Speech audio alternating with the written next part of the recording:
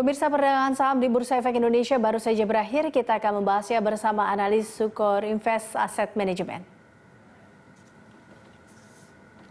Ya, untuk membahas pergerakan IHSG sepanjang hari ini serta prediksi besok, kita telah bersama dengan Michelle Gabriela, analis Sukor Invest Asset Management. Hai Mbak Michelle. Halo. Ya, ini kalau kita lihat tadi ya, IHSG sama seperti bursa regional lainnya dan juga Eropa yang hari ini berada di zona hijau, bisa dikatakan seperti itu. Akhirnya IHSG pun sore hari ini pun ditutup menguat, penguatannya menyentuh level 1% atau 1%. Ini Anda melihatnya apa sih, katalis apa? Mungkin atau sentimen apa yang cukup mempengaruhi pergerakan IHSG kita hari ini? Iya, kalau dari regional memang ada berita ya bahwa ada vaksin dari Pfizer itu sudah ditemukan dan responnya cukup positif ya, baik dari bursa global juga. Dan kalau kita lihat dari IHSG sendiri juga saham-saham blue chip kebanyakan yang improve. Cuman kalau kita lihat memang ada hanya beberapa saham saja yang seperti Unilever dan Telkom yang naiknya cukup signifikan dibandingkan dengan saham-saham lainnya.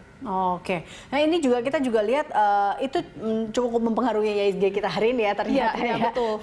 Karena memang itu capnya paling besar kan. Masih dari salah satu yang terbesar. Salah satu yang terbesar. Kita juga melihat beberapa terkait dengan dampak COVID-19 ini, domino efek pandemi ini juga begitu mempengaruhi beberapa pasar.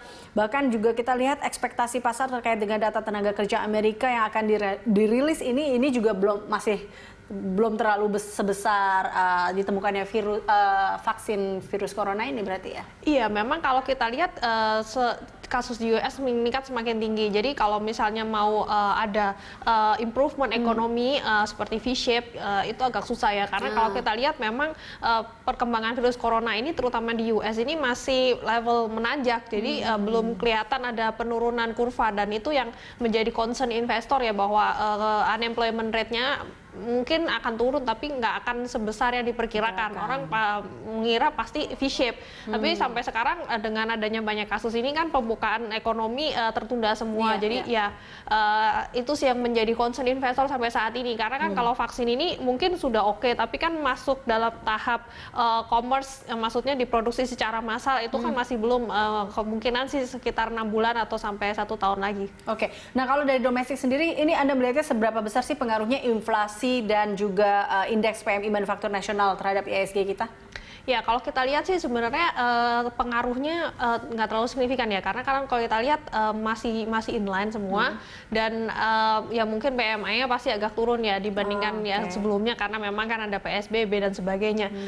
Kalau kita lihat dari domestik sendiri sebenarnya Indonesia ini sedang menunggu apa langkah selanjutnya, karena kan ini sekarang sudah mulai PSBB peralihan, tapi kasus corona masih meningkat. Apakah yang akan terjadi selanjutnya? Jadi sebenarnya pelaku pasar ini wait-and-see, apalagi nanti di Agustus awal itu ada rilis data GDP, jadi dan di akhir Juli juga ada LQ45 rebalancing dan juga ada laporan keuangan kuartal 2 dan semua sedang berharap ini apakah cukup mempengaruhi, karena kan memang waktu itu yang paling parah ya terkena dampaknya.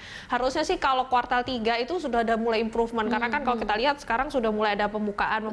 Jadi ada selling, cuman kalau untuk kita bisa langsung improve di kuartal 3 agak susah memang, karena kalau kita lihat jalan mall kuartal 2 juga berdarah-darah sekali kan. Betul, sebenarnya kuartal 2 itu yang paling parahnya, dan kuartal 3 ini sudah mulai improve. Ini kita juga lihat Indonesia cukup meraih manfaat dari relokasi perusahaan multinasional Tiongkok. Ini yang kita harapkan di kuartal 3 ini mampu untuk mendorong itu ya, salah satunya. Tapi ini mampu nggak sih dengan tadi ya optimisme di kuartal 3 kita yang lebih baik dibandingkan kuartal 2, dan juga di mana sentimen global pun juga cukup mulai memberikan angin segar sedikit. Tapi Anda melihat bahwa ada yang mengatakan bahwa IHSG atau tren IHSG ini nggak akan jauh dari 5.000, level 5.000. Anda melihatnya seperti itu?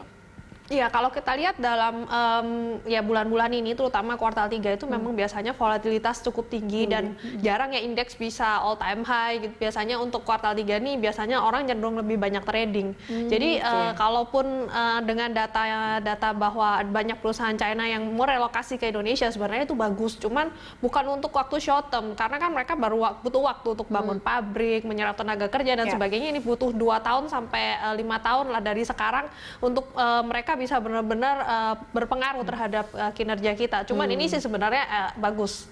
Bagus untuk para ini ya. Bagus untuk government kita, untuk menopang GDP kita dan untuk menutup defisit. Oke, nah ini tapi kalau Anda melihat apa yang harus dilakukan investor juga, bagaimana pasar akhirnya melihat kondisi dengan sentimen yang saat ini ada, Anda melihat apa yang memang bagaimana investor merespon kondisi saat ini? Ya kalau kita lihat investor sih ya belakangan ini ya sebenarnya investor itu masih net sell foreign-nya dan kebanyakan ini ditopang oleh investor domestik ya kan kita lebih tahu. Nah kalau investor foreign sendiri lebih concern karena keadaannya COVID, jadi mereka mungkin lari ke arah yang lebih safe haven seperti bonds atau emas atau deposito. Kalau kita lihat harga emas juga trend up, meskipun ya pasti ada turun-turunnya, tapi memang masih trend up untuk harga emas ya. Jadi investor kecenderungannya investor foreign ini masih belum segitu percayanya kembali ya dengan market karena kasus COVID terutama di US ini. Sebenarnya sih kalau US sudah kurvanya mulai turun, apalagi sudah selesai untuk COVID-nya, sebenarnya marketnya sih sangat gampang untuk rally lagi. Tapi kalau Anda lihat saat ini sebenarnya pasar modal ini masih cukup menarik kah atau sudah mulai jenuh sebenarnya Anda melihatnya? Ya kalau kita lihat sih sebenarnya dari year to date sebenarnya hanya ada sekitar beberapa kali bahwa kalau foreign ini net buy dan ini sudah terjadi dari sejak tahun lalu. Jadi sebenarnya kalau misalnya kita mau bilang oh ya foreignnya net sell terus, nah ini memang net sell sudah jadi sebelum COVID. Jadi sebenarnya sih ini justru peluang buat kita. Kalau kita lihat valuasi IHSG, valuasi IHSG sendiri ini masih di sekitaran 12 kali PE ya. Dan ini tuh sangat murah, biasa kita 16 kali dan ya sebenarnya kita sudah cukup murah, apalagi kemarin ada MSCI yang memasukkan saham saham US. Jadi karena itu jadi semua emerging market berkurang untuk weightingnya. Jadi sebenarnya juga termasuk Indonesia. Jadi sebenarnya faktornya lebih ke arah apa ya? Sentimen luar sebenarnya daripada domestik sebelum COVID. Jadi sebenarnya sih ya itu. Tapi kalau kita lihat masuk ke sektor-sektor apa saja yang memang perlu diperhatikan juga. Ini kemarin ada yang menarik, mungkin kita lihat saham-saham perbankan di situ, terus begitu telekomunikasi, ada juga sektor keuangan juga ini Anda melihatnya atau Anda melihatnya seperti apa sih memang yang sektor-sektor yang saat ini patut untuk dicermati dan dilihat, karena tadi di awal Anda udah bilang saham UMPR ini menjadi salah satu daya tarik sendiri ya kan, TLKM. Ini bagaimana Anda melihatnya untuk saham-saham ini dan sektor ini? Kalau dari Unilever sendiri sih saya pribadi sih saya kurang suka ya karena memang valuasi sudah mahal. Jadi sebenarnya resilience-nya, defensifnya itu sudah terreflect di harganya karena kan valuasinya memang sudah sekitar 40 kali PE. Ya jadi memang untuk Unilever menurut saya sih agak susah ya untuk ada upside karena kalau dibandingkan dengan emiten-emiten lain, misalnya contohnya Gudang Garam atau HMSP itu sudah turun cukup dalam kalau misalnya kita bandingkan sama-sama consumer. Memang spending untuk rokok pasti berkurang ya, tapi menurut saya sih ini marketnya gap valuasinya ini masih terlalu besar sebenarnya. Ya, dan kalaupun saya suka, sebenarnya saya lebih suka saham perbankan. Perbankan masih cukup menarik ya. Oke, terakhir prediksi Anda IHSG besok akan seperti apa, Mbak Michelle? IHSG sebenarnya masih di sekitaran level 4850 sampai sekitaran 5000 karena memang ya seperti saya bilang tadi karena memang kuartal 3 ini memang volatilitasnya cukup tinggi. Jadi ya kalau kemungkinan sih stay di level situ. Kalau kita lihat Dow Jones Futures-nya juga plus tapi tipis. Jadi ya kemungkinan juga nggak akan jauh-jauh. Oke, baik. Thank you Mbak Michelle. Terima kasih telah bergabung bersama kami dalam Closing Bar.